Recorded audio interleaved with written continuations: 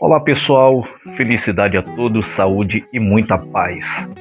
Quem fala é o pastor José Valbrito e com grande prazer e imensa satisfação mais uma vez eu quero ter assim a honra e o privilégio de poder compartilhar com você mais um pequeno trecho da Bíblia, das Sagradas Escrituras, e você está aqui na segunda edição do Papo Reto, tá bom?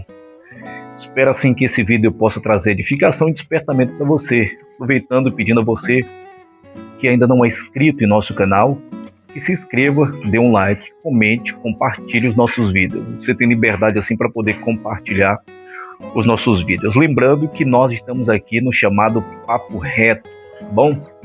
Vamos lá.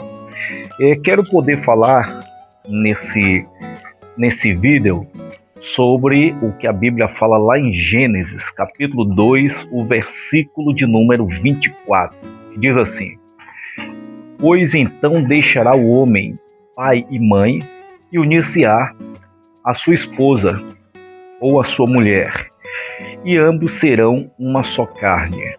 Ok. E também a Bíblia diz que aquilo que Deus uniu, não separe o homem. Vamos lá.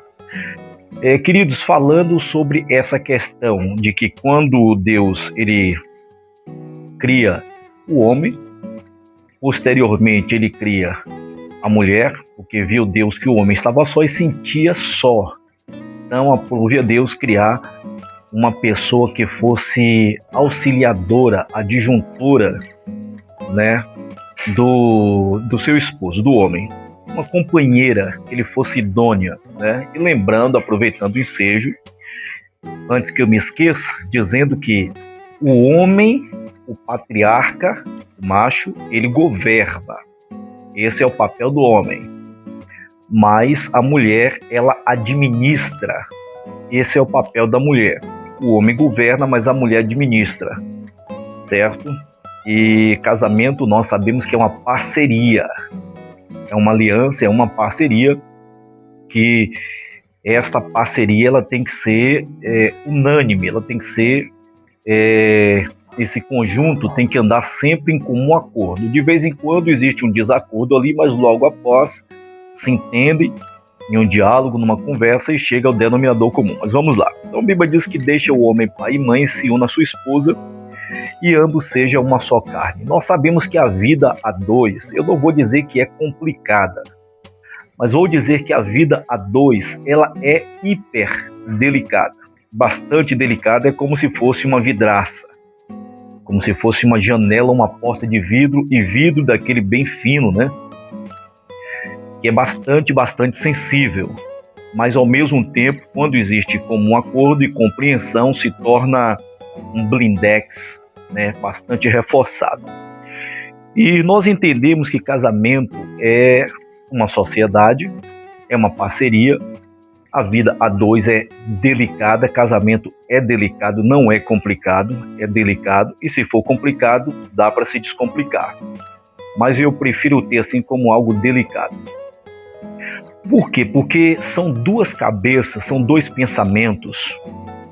O homem foi criado por uma família, a mulher foi criada por outra. Um teve uma educação, o outro teve a outra. Um teve os seus costumes e o outro teve outro. Enfim. Então, para que depois da junção, quando a Bíblia diz deixa o homem pai e mãe e se une a sua esposa, e ambos serão uma só carne.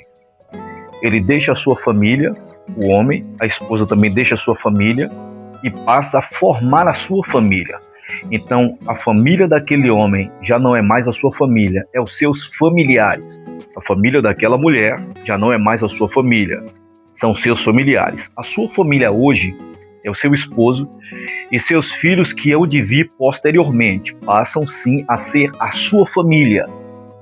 Passa a fazer parte do corpo familiar. Sim, e o pai e a mãe que eles deixaram, e os irmãos, são família? Não, são familiares. Agora você, esposo e esposa, constituiu assim a sua família. Enfim, e nós sabemos que é delicado, porque foram criados por família diferente, cultura diferente, né, educações, quem sabe até mesmo diferente.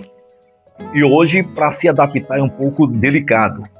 Tem que haver bastante compreensão tem que haver bastante humildade, simplicidade e também assim até mesmo em ceder em determinados momentos, determinadas horas, nos momentos de conflitos, porque cedo ou tarde sempre uma hora vai acontecer.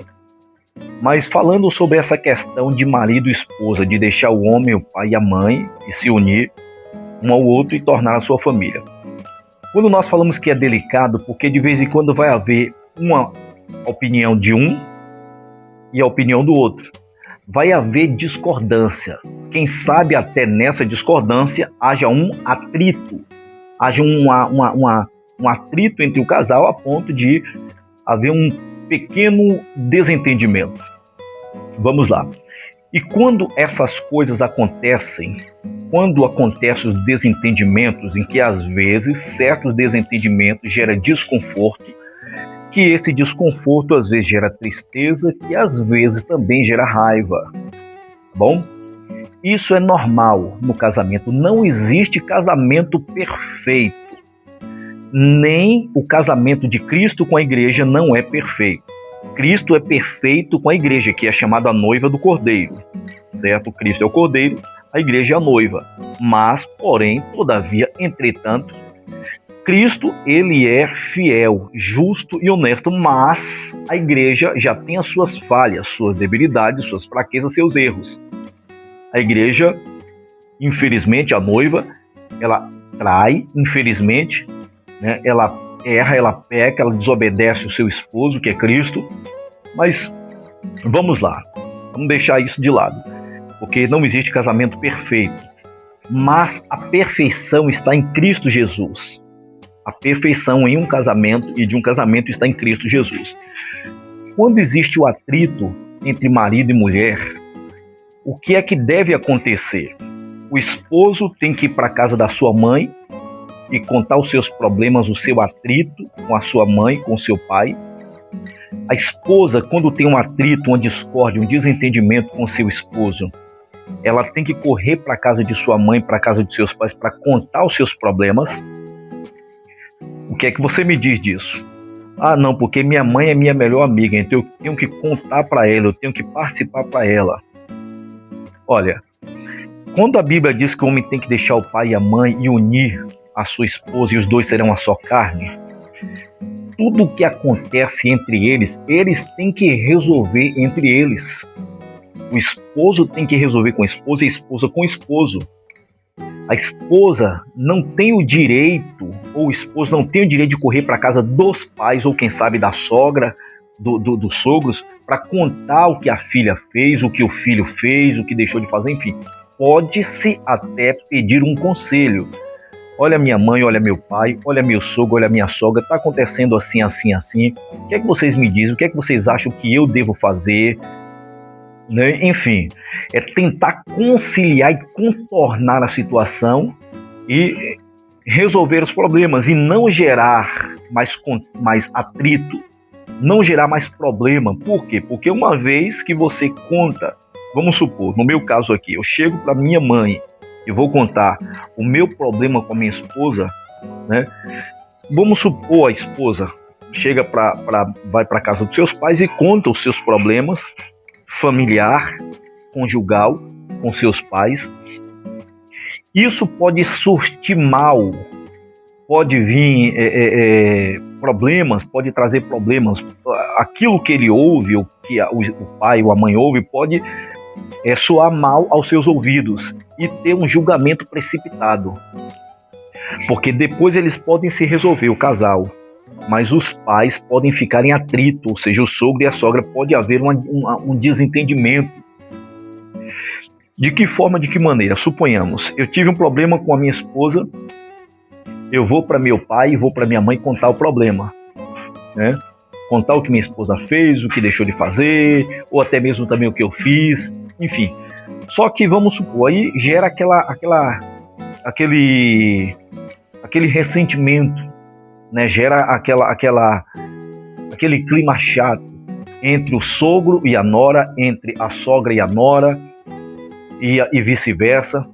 Aí vamos supor, depois o casal se resolve, se entendem, chega a um denominador comum. Só que o pai e a mãe, o sogro e a sogra, já fica já com atrito, já fica já com problema com a sua nora ou com seu genro. Então, esses problemas têm que ser resolvidos entre eles, entre o casal, esposo e esposa, e não tá levando problemas para os seus pais. Da mesma forma, os filhos. Se nós temos problemas, se o casal tem problema, esposo e esposa, eles não podem partilhar e compartilhar com os filhos, porque isso pode trazer consequência depois para eles. O filho pode dar mais credibilidade para o pai do que para a mãe, ou vice-versa. O filho pode dar mais credibilidade para a mãe do que para o pai e gerar aquela inimizade entre eles. Os filhos não podem intervir nos conflitos conjugais. Eles podem até trazer conselhos, podem até ajudar, caso souber do problema, mas os pais não têm direito de compartilhar os seus problemas com os filhos, o que acontece entre o casal. Os pais não podem estar... O esposo não pode chegar para o filho ou para a filha e dizer, olha, sua mãe isso, sua mãe aquilo, ou a mãe também não pode chegar... Desculpa, a esposa não pode chegar para os filhos e dizer, olha, seu pai isso, seu pai aquilo, seu pai fez isso, deixou de fazer, enfim. Eles têm que resolver entre eles, não podem participar os filhos dos seus problemas, porque depois, quando eles se acertarem, pode gerar aquela inimizade entre pai e filho, entre mãe e filho. Então, tem que resolver entre si, tá bom? Então a Bíblia diz, deixará homem pai e mãe e se une a sua esposa e os dois vão ser uma só carne. O que Deus uniu também não separe o homem. Eu não sou a favor do divórcio. Confesso que eu não sou a favor do divórcio. Eu não concordo. A Bíblia diz que só pode haver separação, pelo pouco que eu entendo, né, se houver relação sexual ilícita ou se houver adultério. Aí a pessoa fala, mas fulano casou com ciclano, fulana casou com ciclano ou com beltrano, enfim, a mulher casou com o homem, mas depois viu que não era aquilo. Foi um casamento que eles casaram, mas ele entendeu que ela não é a mulher da sua vida. É por esse motivo que nós não podemos ser precipitados na nossa escolha. Às vezes as pessoas dizem assim, não olhe para a aparência, não case pela aparência. Eu digo case pela aparência e case também pelo caráter. E case quando existia aquela química, quando existia aquele amor, quando Deus confirmar. Nem sempre Deus confirma falando para você, esse é o homem que eu te dou, essa é a mulher que eu te dou. Às vezes, Deus, quem sabe, pode fazer desta forma, porque Ele é soberano, sabe o que faz, Ele é poderoso. E também pode ser que Deus não fale diretamente, mas gere no seu sentimento, no seu coração, aquela atração, aquele desejo, aquele amor por aquela pessoa, enfim. E aí pode ser que seja uma confirmação.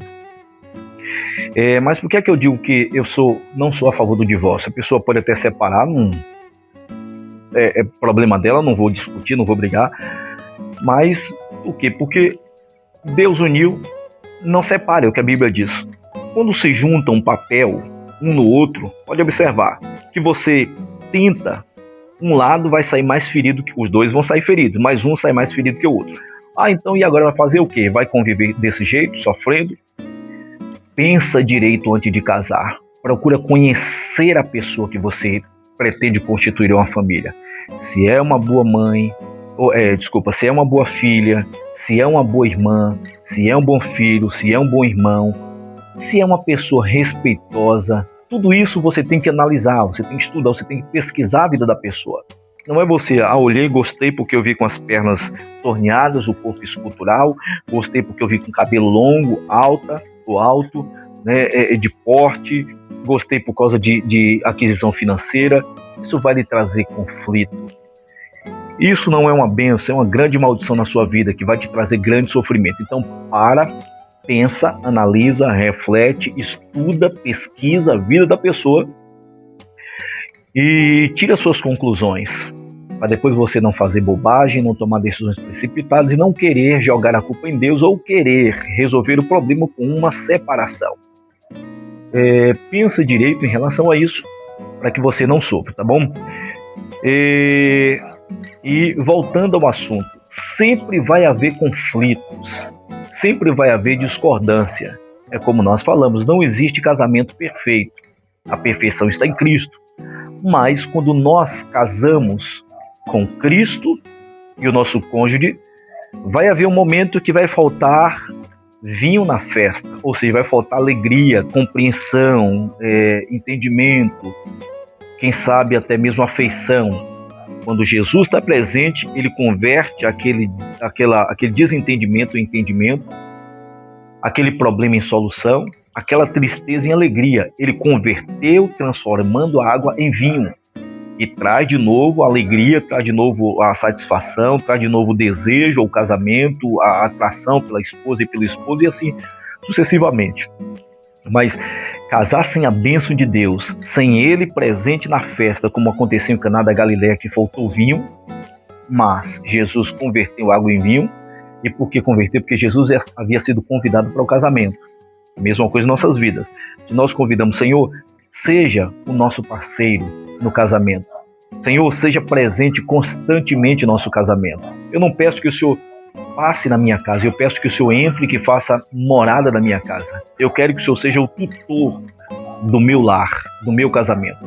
Me ajude a administrar minha casa como bom esposo, como bom pai de família, como bom sacerdote. A mesma coisa a esposa, Senhor, me ajude a administrar minha casa como boa sacerdotisa, como boa esposa, cuidar dos meus filhos, amar meu esposo, respeitá-lo, honrá-lo. O esposo também da mesma forma, Senhor, me ajude a amar minha esposa, respeitá-la, honrá-la. Enfim, sempre Deus na frente e pensando bem que quando houver atritos, quando houver problema, desentendimento, desacordo, não saia contando a sua vida para os seus pais. O que acontece entre você e a sua esposa, o que acontece entre você e o seu esposo. Procure resolver, seja maduro o suficiente para resolver os seus conflitos, os seus problemas. Não participe para os seus filhos. Agora, se porventura seus filhos desconfiarem ou souber ou ver, aí você pode até chamá-los e dizer, olha, meu problema com a sua mãe ou meu problema com seu pai, não se meta. É entre nós, é entre eu e ele. Deixa que a gente somos maduros o suficiente para resolver os nossos problemas, tá bom? Se caso precisarmos de vocês em algum momento, sentaremos juntos e vamos pedir conselho, ajuda a vocês, tá bom? Porque isso não vai desabonar a conduta do pai nem da mãe, nem vai tirar a sua credibilidade nem a sua autoridade. Forte abraço. Esse aqui é o chamado Papo Reto. É muita informação, é muita coisa para passar. Mas aos poucos a gente vai tentando ensinar e aprender ao mesmo tempo. Aos poucos a gente vai tentando chegar a um denominador comum à luz da palavra de Deus. Vai lá dar uma pesquisada em Gênesis capítulo 2, versículo 24 e veja o que é que Deus diz. Que o homem tem que deixar o seu pai e a sua mãe, tem que unir a sua esposa. E os dois constituir a sua família e ser uma só carne.